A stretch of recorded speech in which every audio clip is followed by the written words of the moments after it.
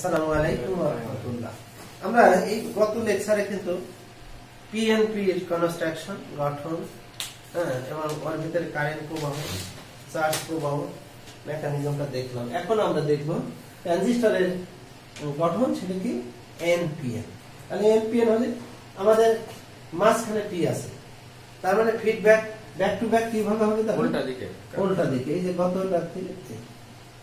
এখানে এন বের হবে, এখানে আবার আরেকটা আমরা কি করব, এই উল্টা কানেকশনে তার মানে এইখানে আমাদের বের হয়ে গেল কি পি, পি মানে বেস, আর এটা এন, এটা এন। এটা যদি ইমিটার ধরি, এটা কালেক্টর ধরি, তাহলে আমাদের ব্যাক টু ব্যাক কানেকশন হয়ে গেল। এইটারই আমরা যদি ফ্ল্যাট আকারে দেখাই একটু সুন্দর করে ফ্ল্যাট আকারে, তাহলে আমরা জানি এটা একটু চওড়া বেশি হয়, এটা একটু চওড়া বেশি হয়। আমরা গত দেখছিলাম যে collector is more larger then emitter, এটা চওড়া বেশি, রডটা বেশি থাকে। এখন এটা আমাদের সি টার্মিনাল বি, এটা এমিটার, এটা কমন বেস কনফিগারেশনে দেখাচ্ছে। তাহলে এইটা এন, এটা পি, এটা এন। তাহলে এখানে মাইনরিটি চার্জ ক্যারিয়ার কি হবে? হোল। হোল। আর মেজরিটি কি হবে? ইলেকট্রন। এই যে এগুলো সব মেজরিটি ইলেকট্রন, হোল হচ্ছে মাইনরিটি। তাহলে এখানে সবই মেজরিটি কি হবে? হোল।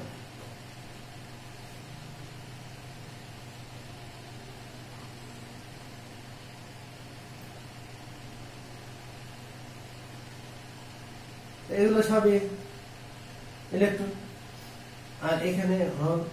তাহলে আমাদের এখন এইগুলো তাদের physical construction, recombination of charge.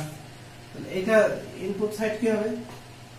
এটা যদি ইনপুট সাইড বানাই তাহলে এটা ফরওয়ার্ড বাইস, এটা কি ফরওয়ার্ড বাইস, তাহলে কি হবে? মাইনাস।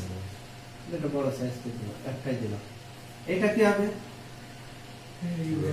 হ্যাঁ, এই যে পজিটিভ ভোল্টেজ সোর্স, তাই না?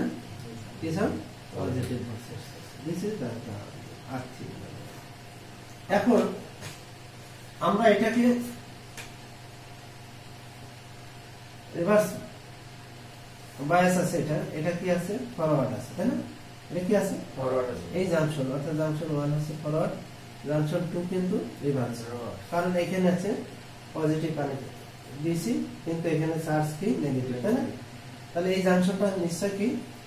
তাহলে আমরা সে আগের মতো লিখতে পারি যে 1 ফরওয়ার্ড আছে। তার মানে আমাদের এইটাকে খুলে দিলাম, ট্যাঙ্ক খুলে দিয়েছি। কিন্তু ট্যাঙ্ক খুলে দিলে কি হবে? এইখানে এটা তো বন্ধ রয়েছে, এটা কিন্তু রিভার্স, বন্ধ। এটা বন্ধ, এটা খোলা। এই ব্যবস্থা কিন্তু করে ফেললাম।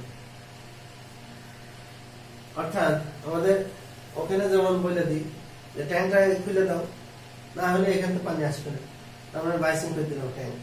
এই ঠিকই আমাদের ট্রানজিস্টরের ক্ষেত্রে একই, বাইসিং করে ফেললাম, এটা মানে ট্যাঙ্ক খুলে ফেললাম। এখন এইটাও আমি ফিট করে ফেললাম, বাট রিভার্স বায়াস। কি বায়াস? Reverse bias. এখন রিভার্স বায়াসের পিআইভি সেটিং করেছি, বাট এইটাকে ভাঙতে হলে কি করতে হবে? ভোল্টেজ প্রদান করতে হবে। হ্যাঁ, এটার ভোল্টেজ ভ্যারি করতে হবে পিআইভি কাছাকাছি, তাই না?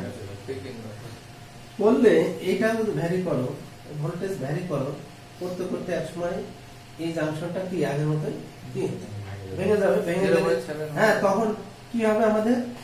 ওই দেখো এই ইলেকট্রন গুলো টোটাল এইদিকে ইলেকট্রন প্রবাহ হবে, তাই না? ইলেকট্রন, এই ইলেকট্রন গুলো কি হবে? বাট এই ইলেকট্রন এখানে যাচ্ছিল, বাট এই জাংশনের কারণে ইলেকট্রন ওখানে যাচ্ছিল না। যখনই এই জাংশনে কি হয়ে গেল? খুলে গেল মানে কি? ওই বেজ, হ্যাঁ, ওই বেজের ভোল্টেজটা, যখন এই বেজ আর এই ভোল্টেজটা আমরা কি বাড়ালাম, কি করলাম? বাড়িয়ে এর ফরওয়ার্ড করে ফেলছি। বাড়িয়ে কি করলাম? এই রিভার্স ব্রেকডাউন ঘটে গেল, ব্রেকডাউন ঘটে যাওয়ার ফলেই এটা কি হয়ে গেল, তখন টোটাল ইলেকট্রন গুলো এদিকে প্রবাহিত হওয়া শুরু করলো, তাই না? ইলেকট্রন আর হোল গুলো কি দিকে প্রবাহিত হবে, এদিকে হোল প্রবাহিত হবে, এদিকে টোটালি হোল প্রবাহ। এই যে ইলেকট্রন প্রবাহ মানে কি, এই ইলেকট্রন এদিকে গেল, এই ইলেকট্রন আবার এখানে আসবে, এই ইলেকট্রন এখানে গেল, টোটালি হোল একটা শিফট হতে হতে ইলেকট্রন এখান থেকে যখন এই ইলেকট্রন এখানে যাবে, তখন এই ইলেকট্রন কি হবে, এখানে একটা হোল সিস্টেম হবে, তখন এই ইলেকট্রন এখানে যাবে, তাহলে এখানে একটা হোল সিস্টেম, তাহলে এই হোল সিস্টেম যে আমাদের কি হবে, এখানে যে ইলেকট্রন হোলের যে গতি ড্রিপ ভেলোসিটি, কি ভেলোসিটি, ড্রিপ ভেলোসিটির কারণে আমাদের এই জাংশনটা একসময় ব্রেকডাউন হয়ে যাবে, ব্রেকডাউন হয়ে গেলে টোটাল এই ইলেকট্রন গুলো এখানে প্রবাহিত শুরু হবে, ইলেকট্রন প্রবাহ শুরু হলে এই ইলেকট্রন প্রবাহ হবে, তখন হোল গুলো এদিকে প্রবাহ হবে, হোল মুভমেন্ট নেগেটিভ হোল আসবে। হ্যাঁ, এই যে এখানে আকর্ষণ করবে আর পাশে পজিটিভ টার্মিনাল ইলেকট্রন। মানে হোল এইদিকে আসবে, হোল যদি এদিকে আসে আর ইলেকট্রন এইদিকে আসে, তাহলে কারেন্ট প্রবাহ কোন দিকে হবে? এখন দেখো, এখন এখানে এই জাংশনের কারেন্ট প্রবাহ এখন এইদিকে হবে, তাই না? আইসি এই জাংশনের কারেন্ট প্রবাহ কোন দিকে হবে? ওইদিকেই হবে। হ্যাঁ, এইদিকে হবে, এই কারেন্ট আই, দেখছো এখানে আই। তাহলে এখানে কি হবে, এই কারেন্টটা এখানে দেখো, এই হোলটা, এই হোল কোন দিকে যাবে? ওইদিকে বেজে কালেক্টর দিকে ইমিটার দিকে যাবে। হ্যাঁ, তাহলে এখানে যে মাইনরিটি চার্জ ক্যারিয়ার ছিল, এই চার্জ ক্যারিয়ার এদিকে আসার চেষ্টা করবে না, বস যদি আসে তাহলে এর কারণে এদিকে হোল প্রবাহ হবে, আর হোল যেদিকে প্রবাহ হবে সেদিকে কি হবে, কারেন্ট প্রবাহিত কারেন্ট হবে। হবে। আচ্ছা, তাহলে কারেন্টটা কোন দিকে গেল?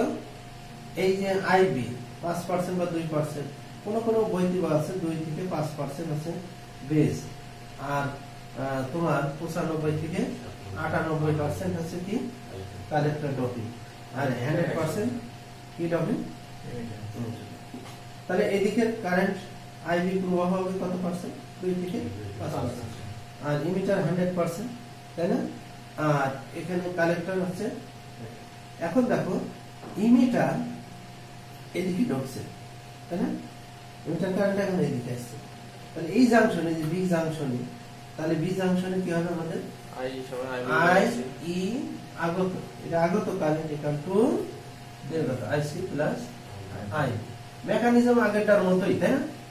মেকানিজম আগেরটার মতো, এই জন্য আমাদের বিস্তারিত আর বর্ণনা করা হলো না।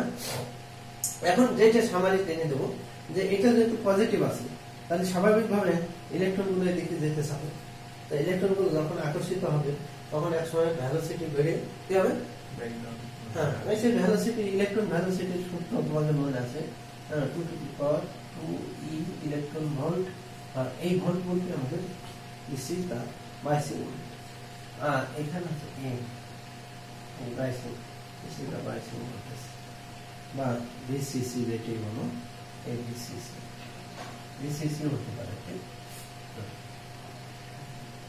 তাহলে এই ভোল্টেজের মানের উপর নির্ভর করে আমাদের ইলেকট্রনের গতিটা হবে। এই electron velocity equal to 2e vm বা ভিসিসি বা m, এই হচ্ছে ইলেকট্রনের ভর।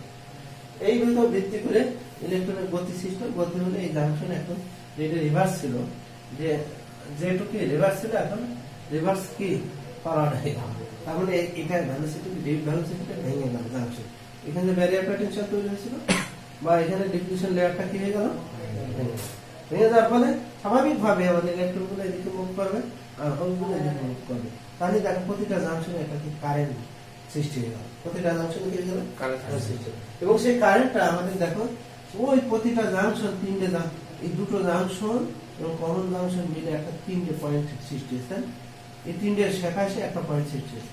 এখন এই পয়েন্টে টোটাল যদি আমি কেসিএল অ্যাপ্লাই করি, তাহলে 3টে ব্রাঞ্চের যে কারেন্ট, সেই কারেন্টের যোগফল কি 0 হবে, কি হবে, অর্থাৎ আগত কারেন্ট ইকুয়াল টু 0। তাহলে এখান থেকে আমরা কারেন্ট মেকানিজম, অর্থাৎ electron flow mechanism, hole flow mechanism এবং কারেন্টের সমীকরণ পেয়ে গেলাম।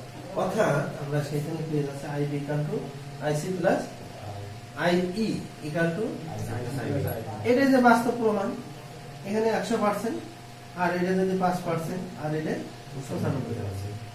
এই ডপিং অনুসারেও কারেন্টের সমীকরণের সত্যতা প্রমাণ পাচ্ছে। আল্লাহ হাফেজ।